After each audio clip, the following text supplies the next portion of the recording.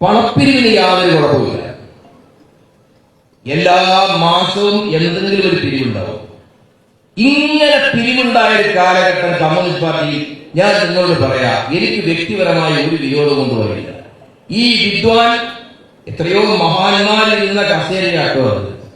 നിങ്ങൾക്ക് കമ്മ്യൂണിസ്റ്റ് പാർട്ടിയെ കുറിച്ച് ഇപ്പൊ ഞാൻ ആ മാധ്യമപ്രവർത്തകരെ പറ്റി പറയാം. മാധ്യമപ്രവർത്തക ഇവിടെ ഉണ്ടായിരുന്നു, എപ്പോ കാണാൻ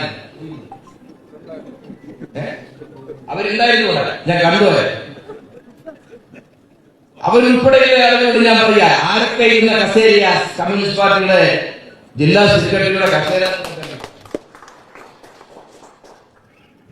സഖാവ് ഇ കെ ഇമ്പിച്ചി ബാവ, നിങ്ങൾക്ക് അറിയുണ്ടാവില്ലേ, ഈ മഹാനായ സഖാവ് ഇ കെ ഇമ്പിച്ചി ബാവ ഈ പാർട്ടിയുടെ പാലക്കാട് ജില്ലാ കമ്മിറ്റിയുടെ സെക്രട്ടറി ആയിരുന്നു.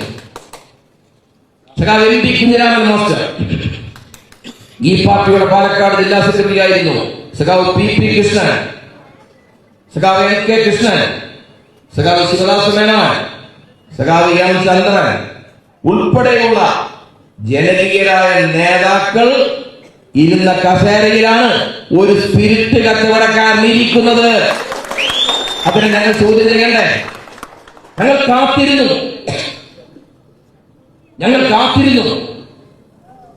ഏറെ കാലം കാത്തിരുന്നു.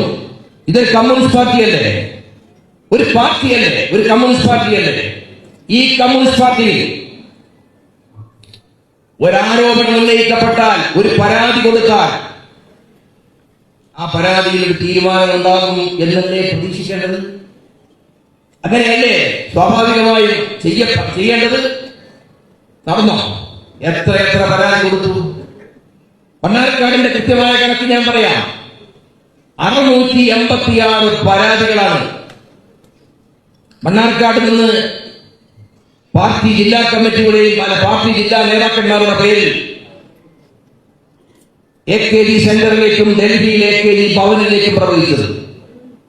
ചിറ്റൂരിൽ നിന്ന് പ്രവഹിച്ചത് 400 ചില്ലാനം പരാതികളാണ്. വടക്കഞ്ചേരിയിൽ 160ഓളം പരാതികൾ. ജില്ലയിലെ വിവിധ പ്രദേശങ്ങളിൽ നിന്ന് പോയ ഈ പരാതികൾക്ക് ഇന്നല്ലെങ്കിൽ നാളെയെങ്കിലും ഒരു പരിഹാരം ഉണ്ടാകും എന്ന് സ്വാഭാവികമായും നമ്മൾ പ്രതീക്ഷിക്കില്ല.